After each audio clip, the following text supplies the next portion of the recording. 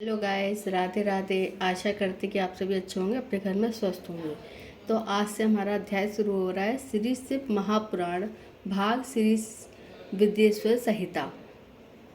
शिवोपासना। नमामि तात शंकर सौरभ्य चंद्रशेखरम नम उमा महेश्वर स्वभक्त कल्प पादपम तवेम कमेश्वरीश्वर शिव अनादि देवतम अना नमामि दे प्रेम मंगल जगत गुरु सा च शास्तम। पहला अध्याय है तीर्थ राजा प्रयाग में ऋषि मुनियों के सभा।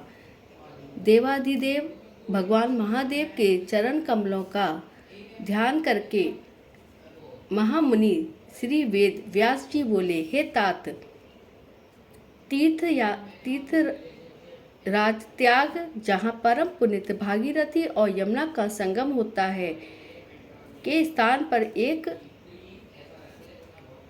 समय समस्त ऋषियों मुनियों ने एकत्रित होकर लोक कल्याण के लिए एक धर्म सभा की।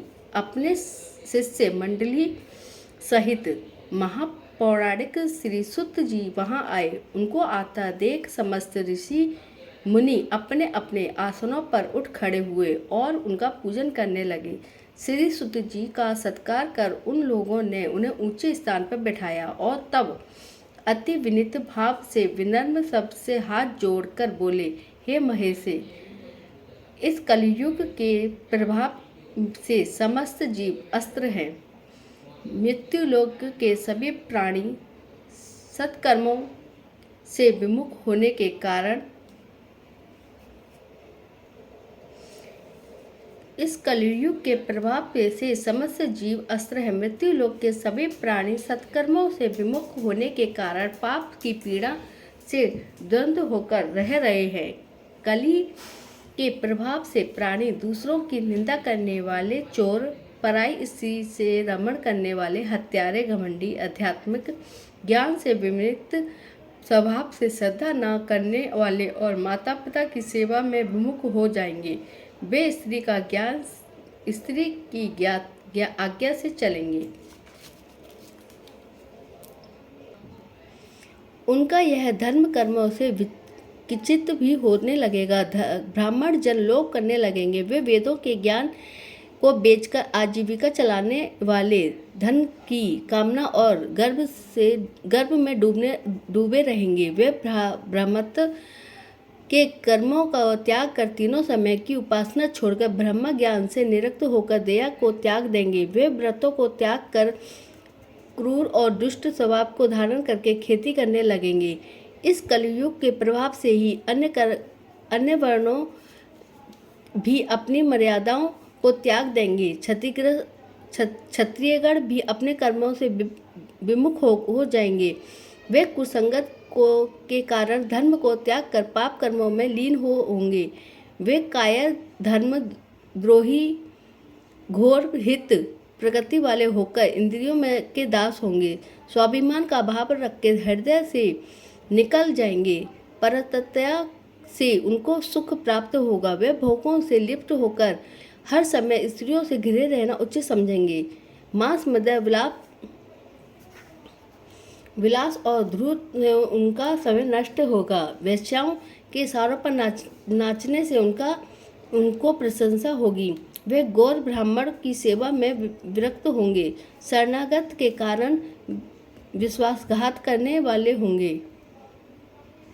वे प्रजा के दुख सुख को बिना चिंता किए अपने कोषों को भरने वाले तथा राजा कोष को अपने विलास साधनों पर हृदयहीनता में व्यय करने वाले होंगे। वे जीवों की रक्षा से विमुख होकर उनकी हिंसा करने वाले होंगे। तीसरे वर्ण वाले वैश्य भी अपने कर्मों से विमुख होकर वे सनातन संस्कारों से हीन होंगे। धर्म को त्याग अधर्म को ग्रहण करने और तराजू की डंडी को अधर्म वृत्ति के कारण कौशल से अपने पक्ष में चलाकर अधिक से अधिक लाभ करना ही अपना परम ध्येय समझेंगे। वे हृदयहीन होकर दरिद्रों को खून चूसेंगे। दलितों का खून चूसेंगे और नाना प्रकार के अपने आस देकर उनका धर्म लाभ करेंगे। उन्हें अपने गुरु, इष्ट देवता और ब्राह्मणों के प्रति श्रद्धा न होगी। वे महान, कामुक, हीन मनोवृत्ति वाले और स्वार्थी होंगे। वे लोग को वंशीभूत होकर अपनी कन्या तक को विप्र करने के में न चूकेंगे। इसी प्रकार रुद्र भी अपने कर्मों से शत्रु होंगे। वे स्नान कर अपने शरीर पर ब्रह्माओं के समान तिलक तथा छापे लगाएंगे। वे ब्राह्मणों की तरह आचार विचार करेंगे। वे ब्राह्मणों के धर्म तक तर्क वितर्क करने वाले होंगे। वे अपने घरों में शालिग्राम की स्थापना करेंगे और यज्ञ होम आदि करने वाले होंगे। वे ब्राह्मणों की निंदा करेंगे।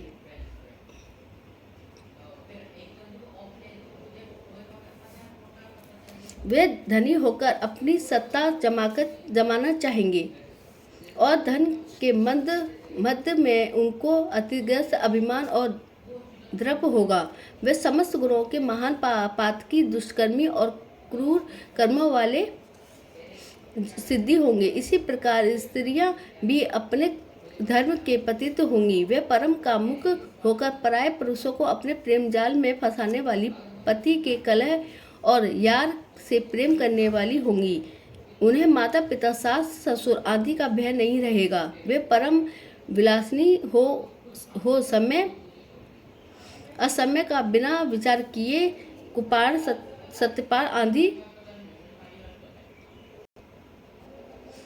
आदि का बिना ध्यान किए अपने काम वासना को शांत कराने वाली होंगी। वे अपने विलास के कारण सदैव रोगी रहेंगी और गृहस्थी के प्रति उनके मोह नहीं होगा। वे हे सुत जी, जब समाज का ढांचा पाप में होगा तो इस स्त्री पुरुष के उत्पन्न संतान का भविष्य क्या होगा? माता पिता के आचरण देखने वाले वह संतान कब धर्म और स्थिर रह पा सकेगी? तब हर ओर पाप ही पाप दंडनीकृत होगा। तो धर्म की रक्षा किस प्रकार संभव है? पापचार के द्वारा बधे हुए इस महान मोक्ष को पृथ्वी किस प्रकार उठा सकेगी और सक्षम होगी? धर्म की क्षण होने से गौ